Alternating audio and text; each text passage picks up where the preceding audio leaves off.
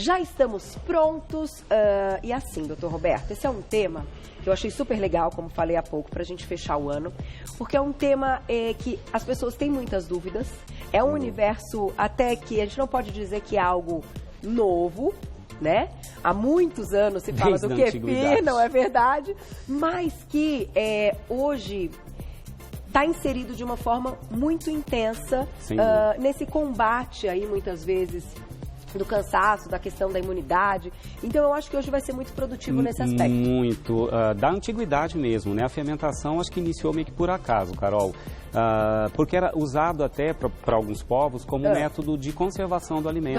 Até porque com a fermentação, por formar algumas substâncias consideradas mais... algumas substâncias que acidificam o meio, então em meios ácidos muitas bactérias não crescem. Então foi usado até como método de conservação. Depois foi introduzindo mesmo no dia a dia, acho que dentro do planeta, e vários povos começaram a ter suas culturas do o que fermentar. Né? Porque a fermentação é uma comidinha para micro-organismos colonizarem. Né? Disso nasceu o levain, que é a fermentação natural dos pães de antigamente, que levavam 12, 18 horas para fermentar. E a fermentação vai enriquecendo muito, Carol, muito o valor nutricional do alimento. Porque dali surgem substâncias, além dos próprios micro-organismos, né, que são... a gente está falando hoje muito desses micro-organismos porque eles podem melhorar a nossa microbiota intestinal. Né? E é o que a medicina começou a entender, o quanto a nossa microbiota intestinal, quando saudável, quando em equilíbrio, traz para a gente benefícios incalculáveis. Se achava que era só para que a gente tivesse ritmo intestinal, fosse ao banheiro, não. A microbiota intestinal atua na imunidade, dentro do organismo, no cérebro, no metabolismo de determinadas substâncias. Nossa microbiota produz vitaminas, produz vitamina K2, produz vitaminas do grupo B. Né? E os probióticos, os lactobacilos, vários micro-organismos que colonizam determinados, geralmente vegetais, né? Alguns também, o leite também pode ser fermentado, é do reino animal. Isso enriquece muito o alimento, Carol, e é por aí. É isso que eu quero mostrar, o quanto a alimentação fermentada pode trazer benefícios, sem dúvida. Então, há muitos anos que temos, desde a antiguidade, mas... Olha que bacana, é o futuro. Vamos começar com as perguntinhas que a gente separou, então. Olha lá, pode mandar ao vivo também, que a gente faz a sua já. @VocêBonitaTV, na tela. Obrigada, Maria, um beijo pra você. Tenho colite. Eu posso tomar kefir de água? Não posso ingerir nada com lactose. Quando e quanto devo ingerir? Adoro o programa e moro no Japão. Que máximo, obrigada. Olha que audiência linda aí, direto do Japão. Obrigada pela confiança, viu? Muito bom. Lá do outro lado do mundo, que bacana, hein, Carol? Bom, a colite é uma inflamação do intestino de causas variadas, mas de qualquer forma, é óbvio sim que ela pode ingerir um alimento fermentado. A sugestão que eu dou é realmente, para alguns que digerem mal a lactose, o kefir, que é um tipo de colônia de micro-organismo específico, pode colonizar leite, então tem um kefir de leite, que fica muito parecido com iogurte, né, convencional, mas tem um kefir de água, que não é feito, o meio de cultura para os micro-organismos proliferarem, não é a lactose do leite. Pode ser feito com açúcar mascavo. Na água? Na água. E ele também vai multiplicar ali, né? Os benefícios da própria colônia que vão estar enriquecendo aquele líquido vai ser formado, pode ser usado sim. Comece com doses pequenas, porque a fermentação, o alimento fermentado para uns tolera já logo de cara, para alguns pode dar desconforto, às vezes um pouquinho de estufamento. Então, sugiro começar com 50 ml, bem pouquinho, na primeira semana, passar para 100 ml na segunda semana, e assim vai, 50 ml a mais por semana, até chegar em 200 ml, que é o limite do que se deveria usar. E o melhor horário é à noite, antes de dormir, porque o intestino, quando está em repouso, né, esses micro-organismos aderem à mucosa intestinal com mais facilidade em relação ao dia que está movimentando, que fez refeição. Olha que legal. Então, geralmente, eu sugiro tomar antes de dormir. Agora, o que mata, né, essa fermentação, doutor Roberto? O aquecimento excessivo. É o aquecimento. É o aquecimento excessivo.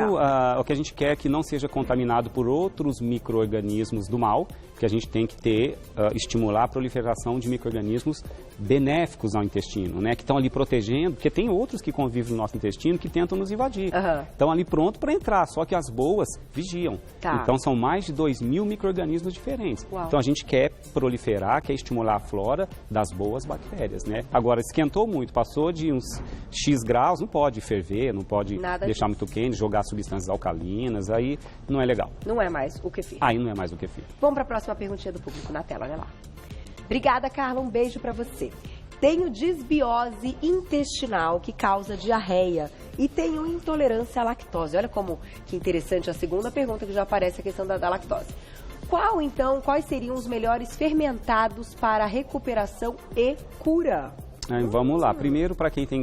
Se bem que o público, né, do Você Bonita já está tão acostumado de ver tanta gente falando que talvez já saiba o que é desbiose. Mas para quem não sabe, desbiose é um desarranjo, é um desequilíbrio da flora intestinal, da microbiota, causado por uso excessivo de antibiótico, alimentos com agrotóxicos, todo álcool que passa também em excesso, né, um pouquinho não tem problema, mas são substâncias que podem diminuir a boa população da microbiota. Então, o que a gente tem que tentar fazer? Recuperar esse desbalanço, porque a desbiose traz consequências como diarreia, às vezes constipação, estufamento, a absorção de algumas toxinas passa a ser maior pelo intestino na desbiose, então realmente é um quadro terrível. Então, para ela, o que eu sugiro, né? E a lactose, pelo que você frisou, né? E é uma realidade, quase 40% dos adultos digerem mal a lactose. Por isso que os relatos hoje são muito frequentes. Então, evita, por exemplo, os que vêm com lactose. Embora o alimento fermentado, o teor de lactose fica muito baixo, Carol. Porque o açúcar é usado, os micro-organismos usam o açúcar daquele alimento, seja do vegetal, seja a lactose do leite, para sobreviver. Então, ela é consumida. Então fica um teor muito baixo, mas eu sugiro que pense no kefir de água, na kombucha. Nós vamos falar da kombucha já, que é um fermentado do chá verde, é muito interessante. E é gostoso, né? É uma delícia, uma delícia. Como ganhou aí também um espaço, porque é saboroso, é interessante a questão da fermentação, que tem ali as bolinhas que te dão uma impressão de um gás, então que é gostoso, tá? Então, a gente vai mostrar daqui a pouquinho. Malu, inclusive, eu acho bacana, ela faz um trabalho já do kombucha há um tempo, assim, e todas as dúvidas que vocês tiverem depois, vocês podem mandar pra Malu, que ela tira. Ela é tipo PhD no negócio. Já há mais de quase 3 anos já trabalhando com kombucha. Tudo, ela sabe tudo. E ó, já tem mais perguntinha do kombucha, quer ver? Na tela, quem escreveu pra gente, olha lá. Obrigada, Larissa, um beijo. O kombucha, ou kombucha, né, pronuncia-se como quiser, possui os mesmos benefícios que o kefir ou há alguma diferença entre eles? Show de pergunta essa, hein? Muito legal. Na verdade, o que muda, Carol, de um alimento fermentado para outro? Qual é a cepa de micro-organismos que a gente vai colocar ali, e isso é muito estudado porque são cepas com características um pouquinho diferentes. Tem determinadas cepas, por exemplo, o kefir são micro-organismos específicos que formam a colônia do kefir. Entendi. A da kombucha são outros micro-organismos, talvez alguns até em comum em relação ao outro, mas o que muda é quais são os micro-organismos e o que está colonizando. Então, no caso do kefir, pode ser a água, né, com açúcar mascavo, ou leite. A kombucha começou com fermentação das folhas da Camellia sinensis, do chá verde. Que legal! Né? Então, eles vão gerar substratos, né, produtos um pouquinho diferentes, mas no fundo, todos têm o mesmo objetivo e os mesmos benefícios, que é ter ali uma bebida probiótica com vários lactobacilos do bem, micro-organismos, não só lactobacilos, tem também alguns fungos do bem também, que não são ruins, né? Então, e tem vitaminas, tem minerais, tem fósforo, tem zinco, então eles são muito similares. Eu acho que qualquer um dos dois que você tomar, tá legal, só não exagere de querer muitos ao mesmo tempo. Né? Se você começa a exagerar, pega 200 ml do kefir, mais 200 ml da kombucha, mais de outros alimentos fermentados, de um miso, um tempê, chega uma hora que você vai estufar demais seu intestino, porque elas vão hiperproliferar e começar a fermentar demais os alimentos, aí já não é legal. Então, se limitando a quantidades corretas, eles têm características similares. Doutor Roberto, uma dúvida. A gente está falando aqui dos alimentos fermentados e dessa forma de apresentação que seria o próprio kombucha, o kefir. Quando, então, dependendo aí da nossa disponibilidade de ter algo que a gente saiba que aquele kombucha está ali vivo, está realmente fazendo esse efeito, esses benefícios, às vezes a gente não tem essa possibilidade, por qualquer motivo que seja, como eu falei na abertura. Seja, não tem tempo para conseguir cuidar, porque tem que cuidar, né? Você vai dar uma dica aí como é que a gente faz proliferar e tal, e crescer, né? Às vezes não é para todo mundo. A questão de alguns desses probióticos em cápsula, né, dessas cepas estarem em cápsulas. É hoje algo viável? Quando a gente compara com o kefir e com o kombucha, a gente perde muito? Depende, porque a quantidade de micro-organismos numa colônia, numa kombucha, no kefir, é muito maior em relação... São variedades talvez maiores ou cepas em teores maiores. É válido sim a suplementação, dar em cápsulas probióticos, desde que se saiba escolher qual probiótico você vai dar. Para algumas pessoas, por exemplo, Carol, tem determinadas cepas de probióticos que podem levar a uma fermentação excessiva do alimento. Por exemplo, a cepa acidófila, que é uma das mais prescritas porque é a mais barata. Tá? Foi a primeira a ser estudada, né? A flora, os lactobacilos acidófilos, né? Uma das primeiras. Então, ele tem um custo baixo, só que tem determinadas pessoas, eu vejo isso no consultório, muitos colegas também devem perceber isso, nutricionistas, que você vai dar um pool de vários lactobacilos, às vezes tem lá a cepa acidófila junto. Tomou um mês, tudo bem, 2, às vezes no terceiro mês começa a queixar de estufamento, de desconforto, porque uma cepa não estava interessante. Então, pode ser prescrito sim, mas defina qual cepa você quer, para qual finalidade. Tem cepas para diarreia, para quem tem intestino solto, tem cepas para imunidade. Então, é uma questão de decisão do profissional. Mas é válido sem problema nenhum. Até por uma questão de infecção, de repetição, seja ela qual for. Sim. Né? E uma vantagem, Carol, desculpa, rapidinho, fazer o seu alimento fermentado em casa, e a Malu pediu para eu frisar isso, e é uma verdade, cuidado com a contaminação do ambiente, porque ali são colônias que estão ali, que podem receber uma bactéria do ambiente onde você está. Um bolor, um fungo, uma bactéria patogênica, se a pessoa não se higienizar muito bem. Então, a vantagem dos probióticos em cápsulas é que eles já vêm sem risco de contaminação. Uma bebida probiótica, você tem que confiar muito em quem está te vendendo, a empresa que está fazendo. Se você vai fazer, você tem que ter normas de higiene muito severas para que não contamine a sua colônia. Isso a Malu depois ainda ensina para vocês. Quando a gente chegar na nossa culinária, inclusive, você pode continuar voltando, hein, gente? Tá bombando. As duas receitas estão lindas hoje, inclusive ligadas ao nosso tema dos fermentados e opções para você servir na sua ceia de Natal. As duas receitas estão lindas para você usar aí certamente na sua ceia. Mas eu vou deixar então uma pergunta para a Malu quando ela assumir, porque a gente sabe que hoje esses alimentos, os kombuchas e tal, eles são fabricados e eles se mantêm ali na prateleira por algum tempo. Então, como é que isso acontece e a gente continua acreditando que ali tem os probióticos? Não sei se a Malu, a cara dela já fez um sorrisinho, já ela responde pra gente. Isso é importante, né, doutor? Opa, sem dúvida. Vamos lá, perguntinha do público na tela, olha lá. Obrigada, Ju, um beijo pra você. Os alimentos fermentados ajudam no emagrecimento? Ju, nós já vamos chegar aqui na nossa mesa, que a mesa tá linda e cheia de opções. E ela entrou numa questão que em algum momento eu ia te questionar, doutor Roberto.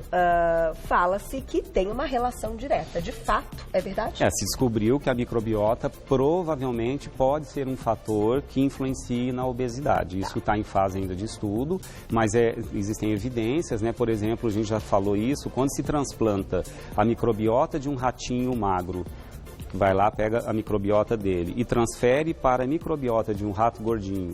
E pega a microbiota do rato gordinho e põe no ratinho magro, o magro engorda e o obeso emagrece. Então, que existe uma correlação provável de uma microbiota específica, né? Quais foram os micro-organismos que me colonizaram desde que eu nasci. Aí é o ambiente, aí vai depender de se a mãe usou antibiótico ou não na gestação, se a criança usou ou não muito antibiótico no primeiro ano de vida. Isso está sendo estudado, Carol. Correlação não só com obesidade, mas provavelmente na vida adulta, com depressão, com ansiedade, alguns estudos tentando correlacionar com autismo. E obesidade provavelmente sim. Então, só que a gente não sabe ainda quais são as cepas específicas que levariam à perda de peso. Já tem algumas evidências de estudos, mas o que eu acho importante é que você cuide da sua microbiota, né, da saúde do seu intestino, como quem cuida do cabelo, da pele, da sua beleza externa, né? Quem cuida da saúde, quer fazer atividade física, porque cuidando da microbiota, você também está cuidando do seu metabolismo interno. Então, e o que a gente tem que evitar? Uso indiscriminado de antibióticos sem orientação, alimentos ricos em agrotóxicos, excesso de açúcar, refinados, contaminantes ambientais, agrotóxicos, e ter uma alimentação mais rica em fibras, né? Porque as fibras são os alimentos, os vegetais, os legumes, os cereais, que podem ser comidinha para a sua própria microbiota sobreviver. E a gente vai dar um pouco a mais de mais micro-organismos para enriquecer mais essa sua microbiota, e onde entram os alimentos fermentados. Então vamos comentar a respeito deles. Vamos lá. Roberto, vamos lá. Aqui eu trouxe, é óbvio que eu tive que resumir, Carol, porque a gente vai ver na literatura, tem N alimentos fermentados em várias partes do globo terrestre, do planeta. Então eu peguei aqueles que a gente tem mais acesso aqui no Brasil, que a gente vê mais. Então aqui, por exemplo, o que muda é a cepa de micro-organismo e o que está colonizando. O chucrute, que é muito usado na Alemanha, é a fermentação do repolho. Que legal. E ele é um alimento que fica enriquecido com micro-organismos bons, fica enriquecido com vitamina K2, com magnésio, tem um excelente alimento, só de exagerar na dose, como a gente falou. Nem aquecer, né? Nem aquecer. Aí tem aqui do lado o natô. O natô, na verdade, é muito comum no Oriente, né? A fermentação, o micro-organismo específico, pode colonizar a soja, esse aqui, a princípio parece ter sido do feijão, mas você pode colocar outros grãos, outras leguminosas. Aí é uma questão cultural de cada região, tá? Mas é um outro tipo de alimento fermentado. Tem aqui o miso. O miso geralmente é uma fermentação da soja. E o que muda é o tempo de fermentação. Se fermenta mais dias, menos dias, ele muda um pouquinho a característica do sabor, da cor, mas é um fermentado da soja. Sim, ele é um alimento interessante, se usa muito na culinária oriental. Aqui tem um tempê também do lado. O tempê é um outro tipo de cepa que geralmente começou como colonização da soja. Mas eu vi que existem outros grãos, outras leguminosas que estão sendo usadas. Eu vi tempê de grão de bico, vi tempê de ervilha com quinoa. E como que é feito, doutor Roberto? Coloca-se a colônia junto do alimento, aí coloca a água, tampa, né? E ele vai ter o processo de fermentação naturalmente. Aí depende do tempo, né? É muito complexo, até eu queria explicar isso em pouco tempo, porque depende de técnicas, mas isso não é difícil de aprender, não. Tá? A gente fez uma oficina até agora, semana passada, de kombucha, a gente pretende fazer outras futuramente. Mas isso aí é só procurar alguém que te oriente, porque isso é feito de maneira simples, muito simples.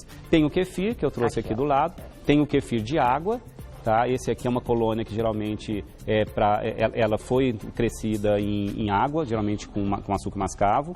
Tem um kefir de leite aqui do lado, né? Você vê que ele é um pouquinho mais clarinho de água, né? O de leite é um pouquinho mais branquinho. A diferença é que o kefir de leite tem um pouco mais de proteína em relação ao kefir de água, tá? Porque fica um pouco da proteína do leite. Mas, por exemplo, eles estão aqui expostos, né? A gente está nesse ambiente, com as luzes, é perigoso contaminar. O fato da gente estar falando aqui já tem gotículas que podem estar indo ali. Entendi. Entendeu? Então é bem complexo. E aí desanda, vamos dizer assim, ou contamina, ou ela perde a característica inicial dela.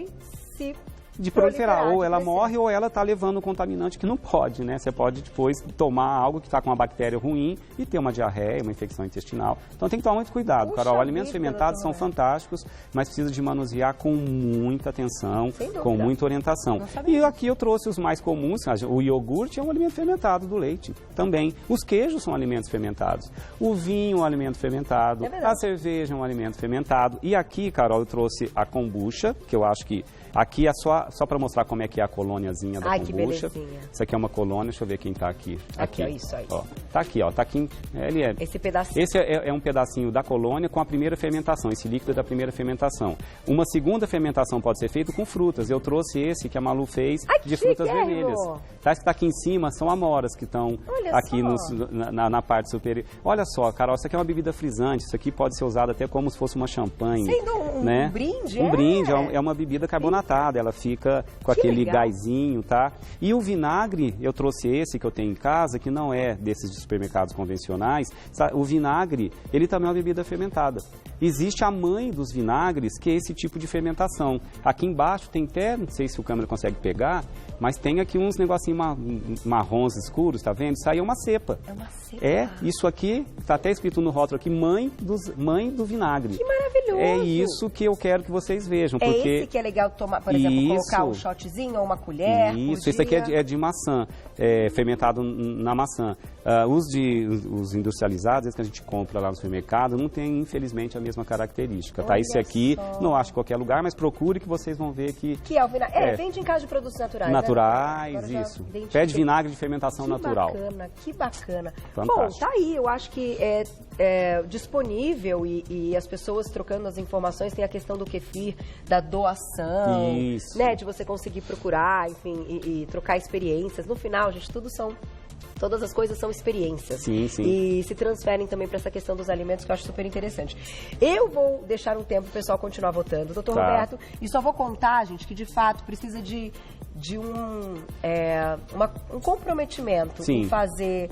É quase um filho, Carol. É quase um filho. Eu me lembro que a Malu nos presenteou com uma cepa, né, para mim e para o meu marido. E aí, um belo dia, ele, Carol, o kombucha da Malu. Falei, ih! Aí ele, matamos o kombucha. Sabe assim, Glaucia? Mas isso acontece, Carol. Eu falei, gente, nós matamos, ela deu com tanto carinho. Então, assim, esteja preparado para receber. Sim. E se você quiser realmente ter, reserve esse tempo para cuidar, porque precisa cuidar mesmo. Eu não estava preparada, achei que era, né, tá. Quando eu vi, né, Malu... Mas depois que acostuma é fácil, Carol. Vira rotina, ano que vem, não é certamente, ano que vem, certamente, pensaremos aí no nosso kombucha. 200 ml por dia, Carol. Fica a já dica. tá ótimo. Aqui, ó.